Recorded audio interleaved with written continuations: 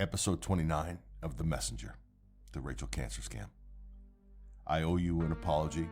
It's been some time between episodes, and things really have had to come together, and parts of the story are still not finished.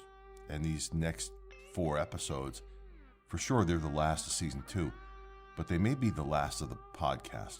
At the moment, it's not really clear to me that we have a path to season 3. Now, regarding this episode and the interview you're about to hear, I've been trying to get this, Rachel's first husband, Todd, I'm trying to get this interview for a year and a half. Texts, emails, follow-ups. Most of them met with a polite deflection or just silence. And as you're going to hear him say, he didn't really want to talk about Rachel. And I get that. That marriage ended 25 years ago. It lasted 4.5 months, and he moved on, built a life. But Todd mattered to me because he was the first husband. We have a chance to look at what she was doing 25 years ago. And in a way, this was kind of the blueprint. I texted him again on March 1st. He responded to me on March 16th. Just a simple message. I'm okay doing that. I'm okay talking. I literally wanted to say, can we do it now? I strike while the iron's hot. We ended up setting up a call for Wednesday the 19th. We did it early in the morning, 7 a.m. Pacific time. When I initially spoke with Todd 18 months ago, he said a couple things that kind of struck me. They struck a chord with me. First thing he said was, I'm so sorry you went through this with Rachel. And the second thing was, how's Mark doing? And when this interview got set up, 18 months later, the first thing he said to me when we got on the phone was, how's Mark? I filled him in.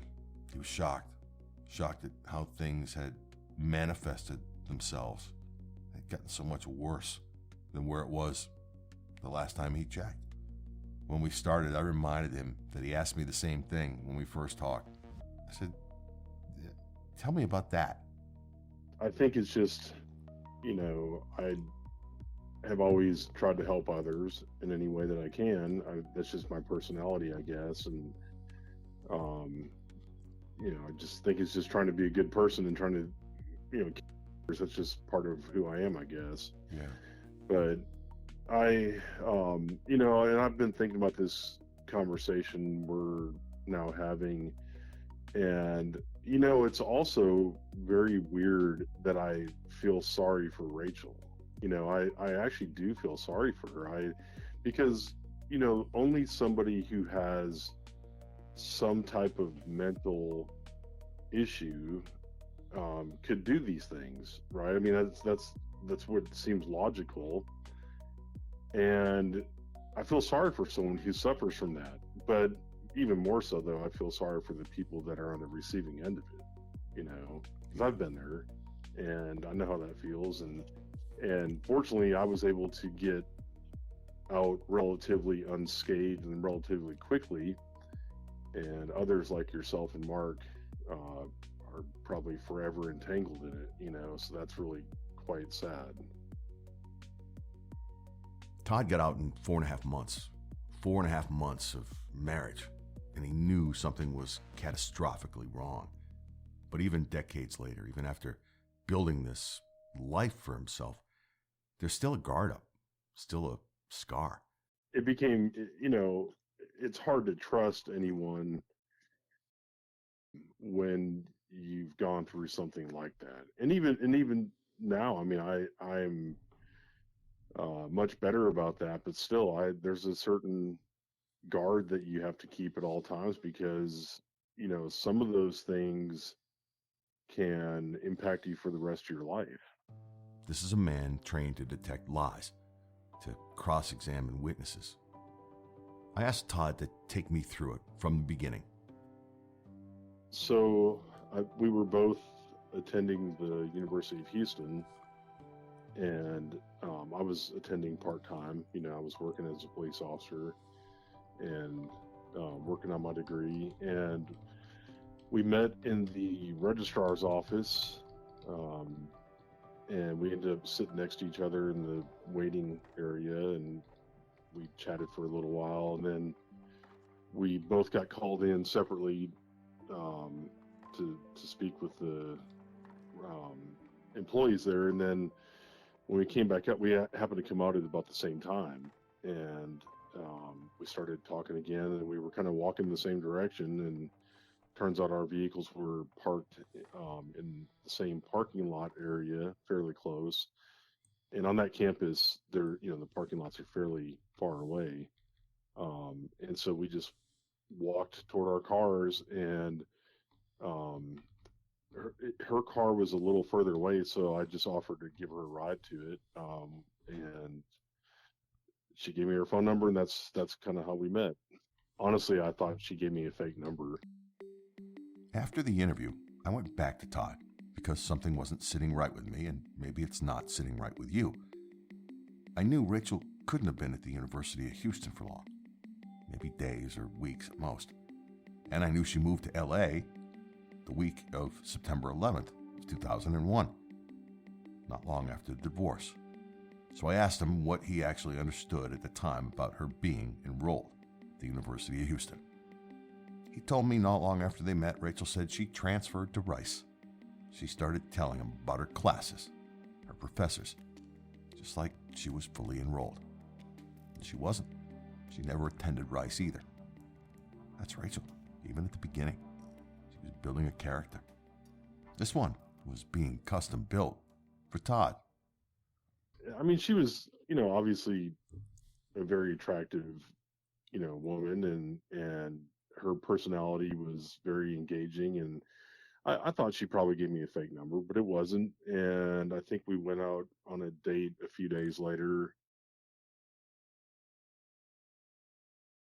It's like she knew exactly what to say and when to say it to give you the answer you wanted, I guess.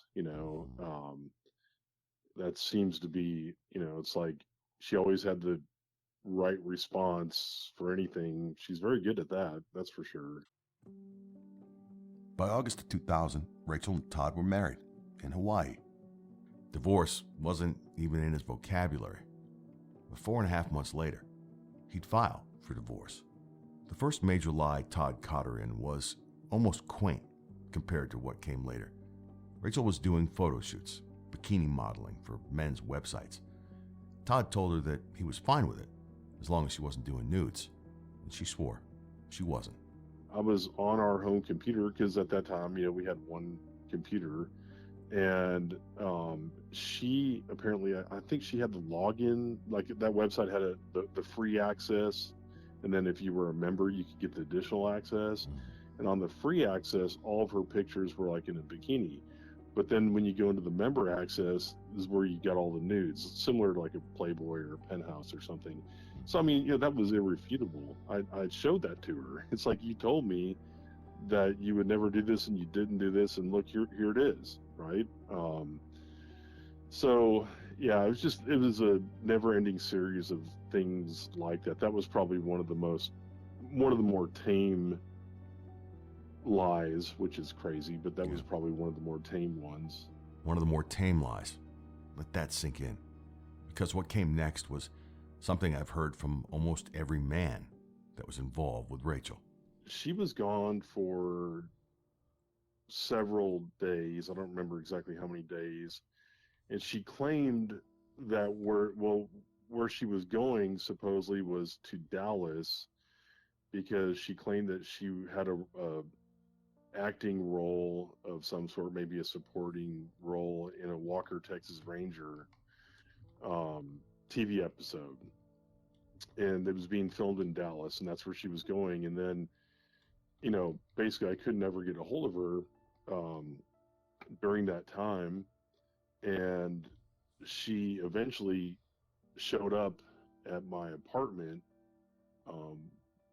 Basically looked like she'd been beat up. Like, I think she had like a black eye, maybe a broken nose. I don't remember, but she, looked like she'd been beat up.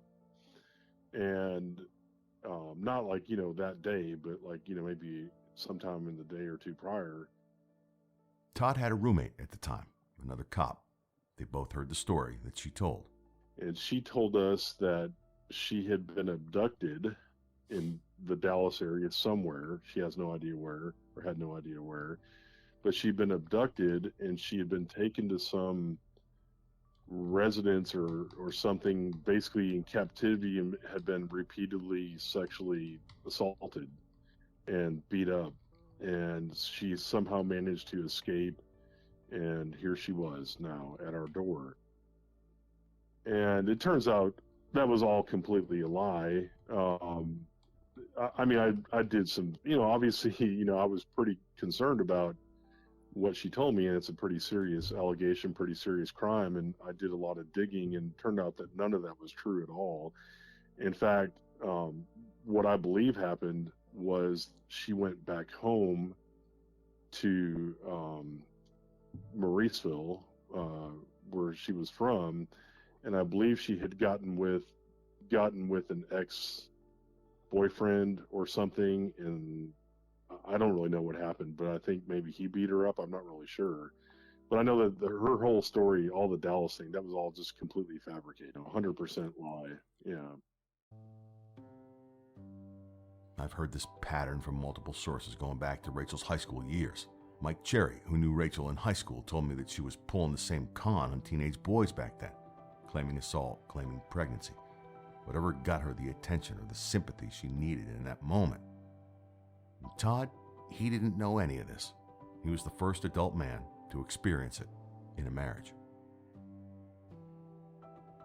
Christmas Eve 2000, Todd's working the night shift at his police job, and before he leaves, he puts a wrapped gift on the kitchen counter next to Rachel's car keys. A card and a note saying he looks forward to seeing her when he gets home. When I got home, about 11:30 p.m., the gift was still sitting there, but her car was gone and the keys were gone, and she was gone, and I couldn't get a hold of her. I tried calling her mom. I couldn't get a hold of anyone, and which seemed really odd. I mean, Christmas, your first Christmas together, married. You think you're going to be together, but she was gone, and I ended up getting called out back to work at about 1 a.m. that night on Christmas Day to go work a fatality car accident. So I was out on that pretty much all night. And when I got done with that, I think about 6 or 7 in the morning, I came back home again, and she was still gone on Christmas Day. So my first Christmas with my wife that I've been married to for 4 months, she's nowhere to be found. Imagine that. You're a cop. You just worked a fatality all night, and it's Christmas morning. Your wife of 4 months is gone. No explanation. No answer. That pretty much was the end of it. But yeah, it'd been a series of things. There wasn't any just one thing. Around that time, I had discovered that she was having the affair with the hockey player. Bobby. It was all that stuff happened around. Yeah, all that stuff. Bobby Reynolds. I don't know if I should say that last name. I don't, at this point, I don't care. The guy lied to me multiple times. Bobby Reynolds, professional hockey player, married to his wife Rebecca, with kids, and sleeping with Rachel. I asked Todd if he remembered how she responded to that line of questioning about knowing what was going on and asking her to come clean. We're going to take a quick commercial break. I want to encourage you to follow our social media. I'd recommend you follow Instagram. In the show notes, you'll find a link to all of them. There's a lot more information and backup for what I'm discussing. Much of the evidence that I reference in these episodes here, you'll find there. You'll see screenshots, additional commentary in the way of videos. I also want to encourage you to comment and send along a DM if you've got questions. I answer everything that comes my way. Also, please take a moment to rate the podcast here. Leave a review if you're so inclined. Thanks for following. And this episode will continue after this message. And I told her that I was her husband, and I wanted to stay married to her, and I wanted to stay married to her forever. And all I wanted her to do was just come clean and be honest with me. And if she would do that, we would work through this no matter what it is. And she refused to do that. And so that was the decision point right there. It's like, well, okay, I mean, I've already shown you evidence that I've caught you lying in all these things. You won't come clean and tell me the truth, and there's no way you can repair that at that point. I want to stop him for a minute there and give you the quote because it was one of the most epic things I had heard that had come out of her mouth. It stuck with me. I didn't need to write it down. I've used it often in the podcast. What Rachel said to Todd was, "Who the fuck do you think you are, digging into my life?" That's right. Yep. That's accurate. Yep. That's pretty much it. It was kind of shocking, really. You're my wife and we're married. I think I have a right to kind of know, but yeah, it was very, like, she went on the attack, instantly on the attack, not the defensive, but the attack. And that's the real key difference. Not, let me explain, not even a denial, an attack, immediate, vicious. How dare you investigate me? Todd moved out that day, filed for divorce immediately. But there's more to the lead up. There was a phone call that was made prior to Christmas to Rachel's phone. This is something that would echo through Rachel's life for the next 20 plus years.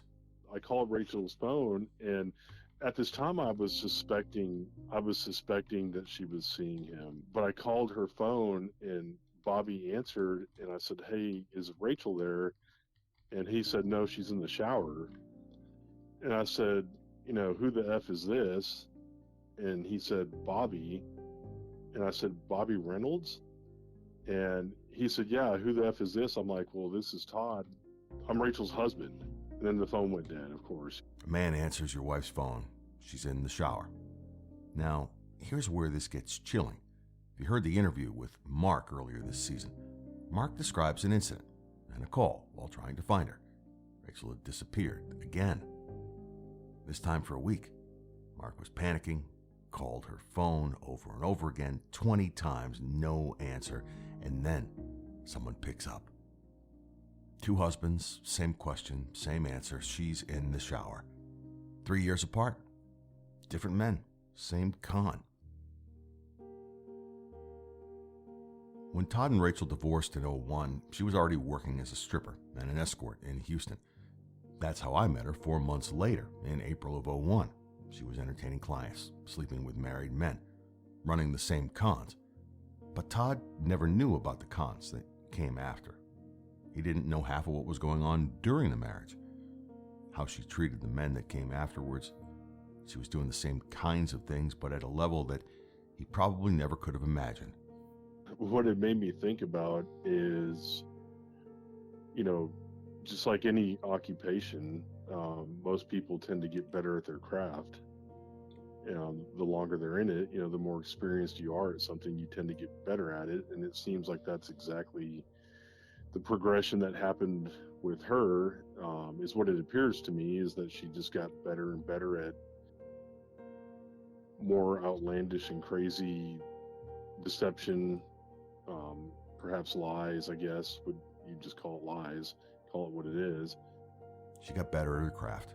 From 2000 to 2025, Rachel went from faking pregnancies and nude photo scandals to bigamy, fabricating cancer, having multiple affairs, texting herself death threats, and getting her husband arrested at gunpoint.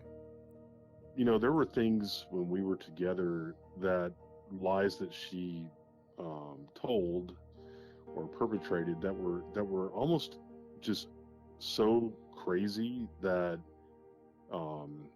it seemed like, how could you possibly lie about something like that? There's so much detail and they're so outlandish. And I was a police officer. I was pretty used to getting lied to by people on a regular basis, and I thought I was pretty good at sort of sifting through that.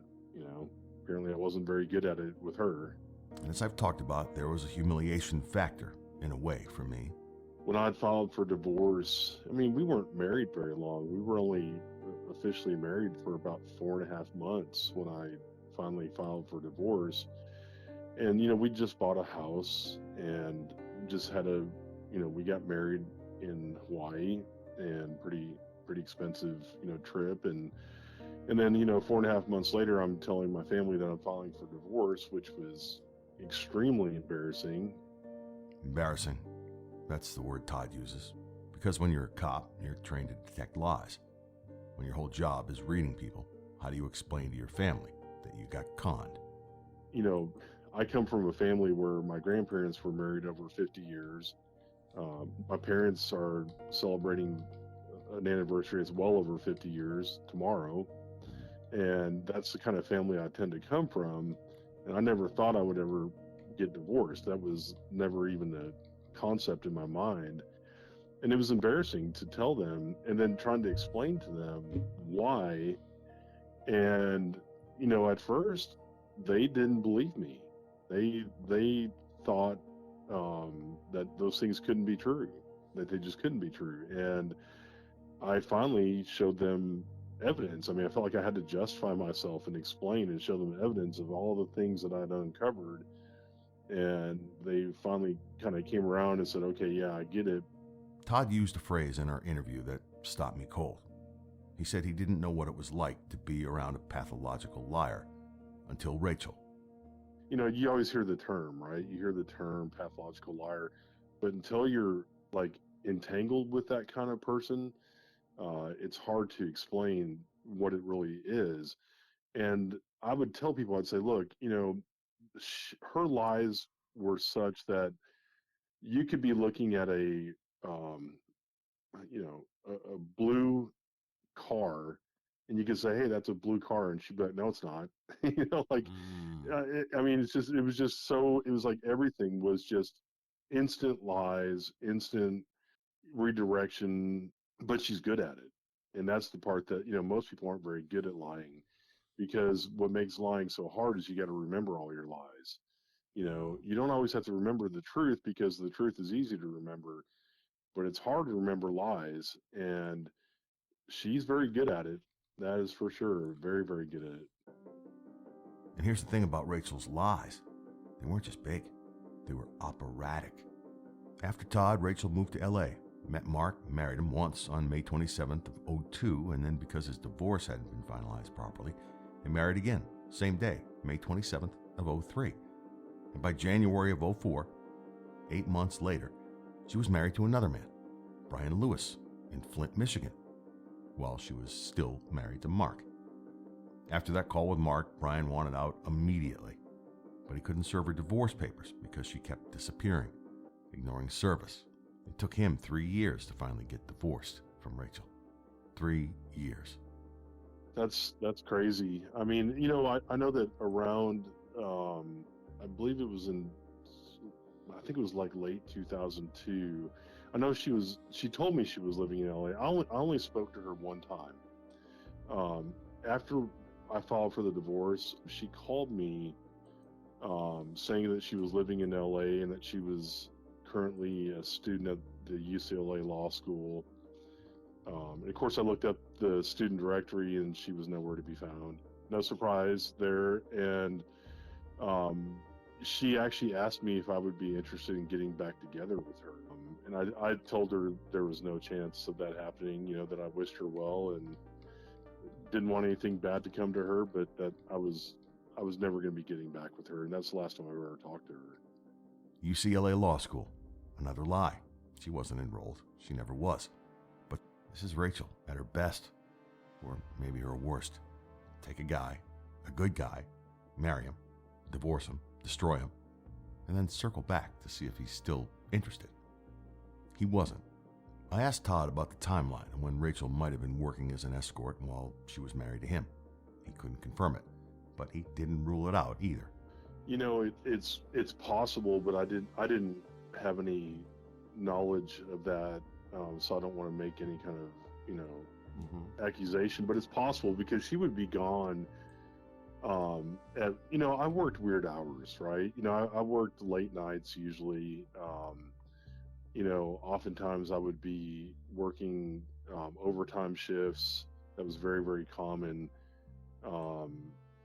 Like for instance, on Fridays and Saturdays, I typically worked 10-hour overtime shifts from like 5 p.m. to 3 a.m. And so she could have been doing anything during that time. And I know that she was oftentimes gone at weird hours, and it's possible, but I just don't know. Todd worked nights. Rachel disappeared. Same pattern she ran with Brad in high school, with Bobby, with me, with Mark, and with every man she's ever been with. She doesn't just cheat, she vanishes, days at a time. When she comes back, there's always a story, always an excuse, always someone else to blame. She told me about a year into our relationship that she needed to confess something to me about Todd. She said that she was engaged and they were due to get married in Hawaii, but because he had cheated on her, and for a couple of other reasons that she wouldn't elaborate on, she didn't show up for the ceremony. I can't believe she told you that. She left me at the altar. Rachel would tell me often that every man cheated on her, every man in her life, Brad, Todd, Mark, everybody. I knew the answer without asking, though, but I had to ask Todd. Yeah, it wasn't me, I can tell you that. I think I heard you say something like, where there's smoke, there's fire. I mean, it's, it comes back to her. Again, it's not necessarily being on the defense. She goes on the offense, right? I mean, you catch her and you catch her cheating on someone, or with someone, I should say, and then she turns around that you're the one cheating on her, and it's like, it's really bizarre. She goes on the offense. That's the pattern. That's out of the playbook. Get caught, attack. Get questioned, attack. Get cornered, attack. Burn it all down and blame the other guy. There's another victim in Todd's story. It's Rebecca Reynolds, Bobby's wife. I knew that Bobby was married with kids, and they lived, I believe, in Michigan, if I'm not mistaken. And I called her and spoke with her, and I said, hey, more or less, I'm sorry to be making this call, but I think your husband's having an affair with my wife. And she and I had talked about it, and of course, she had come down, the wife had come down to visit Bobby, and she would discover long blonde hairs in the bed. There were just a lot of things that just started making sense at that point. Todd called Bobby's wife to warn her, not to gloat, not to destroy Bobby, but just to warn her, because that's who Todd is. Even in the middle of his own nightmare, he was thinking about other victims. That's just who Todd is. And after Todd and Rachel divorced, Bobby moved in with Rachel and her sister for a short period of time. I've seen the pictures. Bobby in the pool with Rachel's infant niece, playing house, playing family. 25 years later, Todd's still carrying this. Like the rest of us, Todd doesn't get the time back.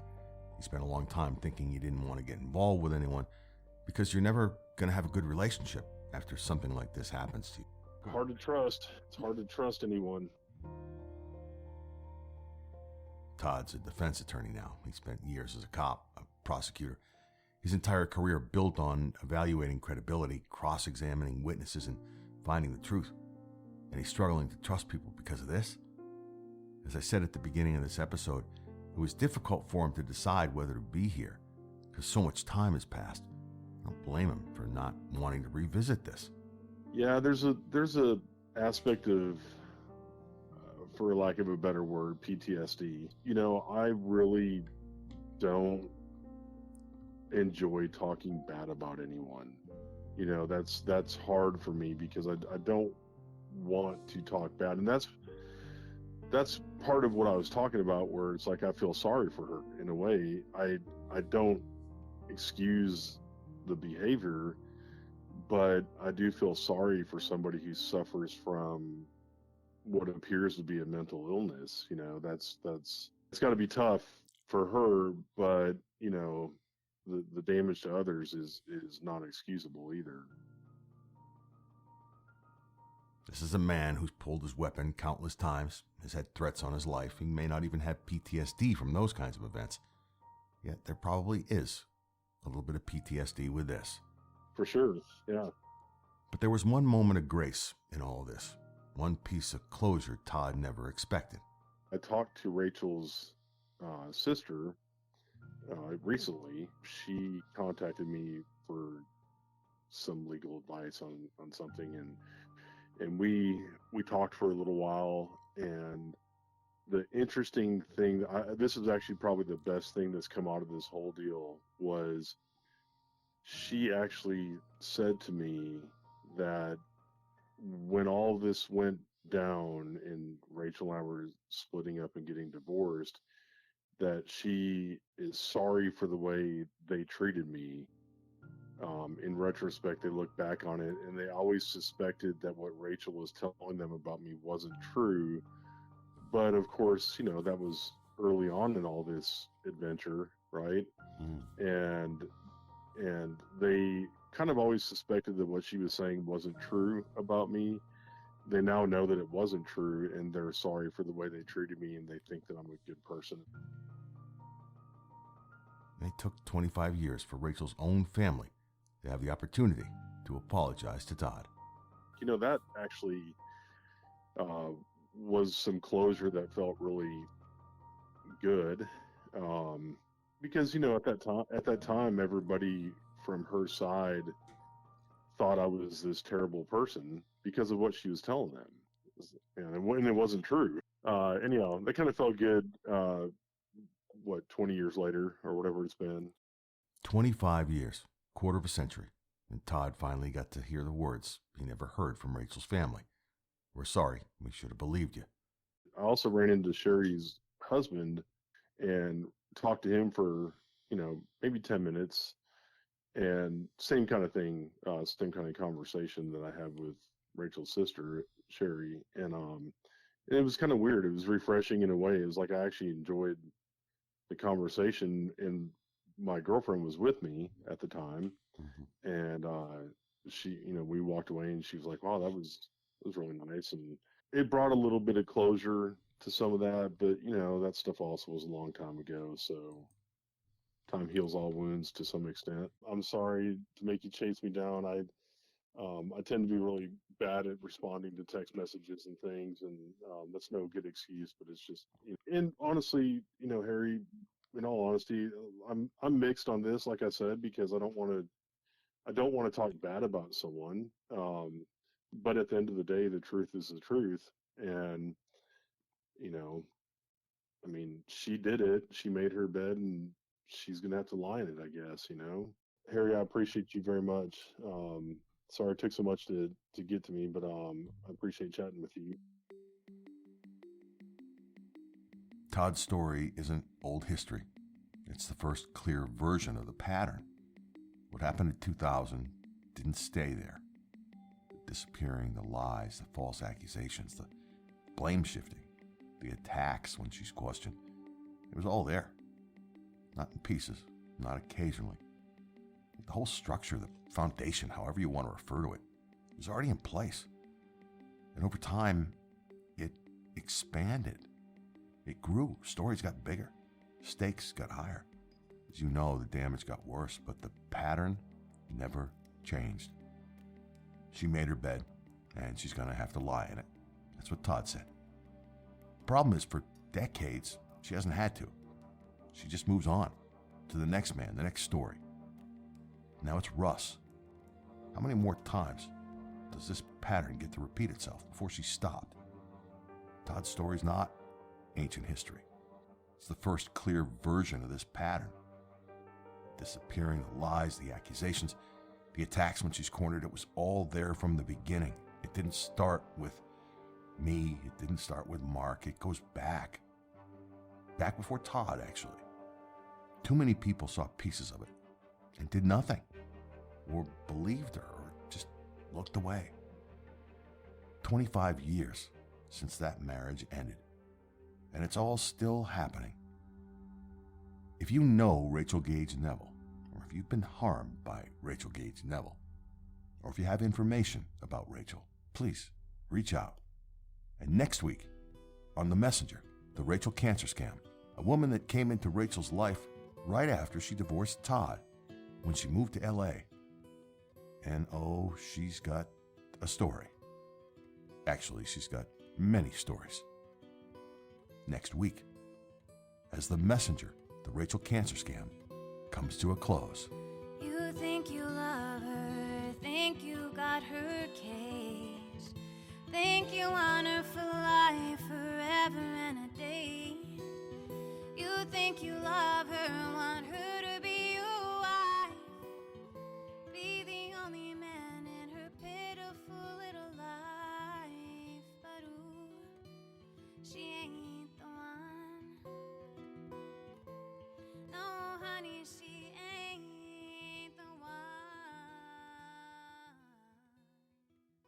You're listening to this podcast, so I know you've got a curious mind. Here's a helpful fact you might not know yet. Drivers who switch and save with Progressive save over $900 on average. Pop over to Progressive.com, answer some questions, and you'll get a quick quote with discounts that are easy to come by. In fact, 99% of their auto customers earn at least one discount. Visit Progressive.com and see if you can enjoy a little cash back. Progressive Casualty Insurance Company and Affiliates. National average 12-month savings by $946 by new customers surveyed who saved with Progressive between June 2024 and May 2025. Potential savings will vary.